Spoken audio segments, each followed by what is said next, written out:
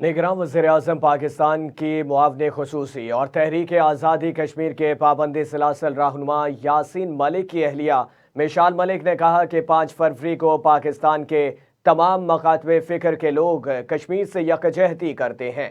कश्मीर पर तवीलुल मुद्दती पॉलिसी बनाना होगी। मिशाल मलिक ने कहा कि इस वक्त पूरी हुर्रियत क़यादत जेल में है। उन्होंने कहा कि सितंबर के इलेक्शन में कश्मीर में हिंदू अक्सरियत लाने की कोशिश हो रही है।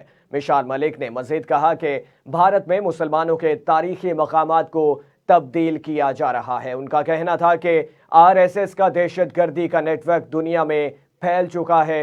कश्मीर पर तवीलुल मुद्दती पॉलिसी बनाना होगी। स्टूडेंट स्कूल नहीं जाते, बाहर सड़कों पे निकलते हैं, अपनी पढ़ाई छोड़ देते हैं और प्रोटेस्ट करते हैं। इसी तरह लीगल फ्रेटर्निटी को देख लें, आप आम सिविल सोसाइटी को देख लें, ह्यूमन राइट्स एक्टिविस्ट और ख़ास पे जो पाकिस्तान का मीडिया भी है।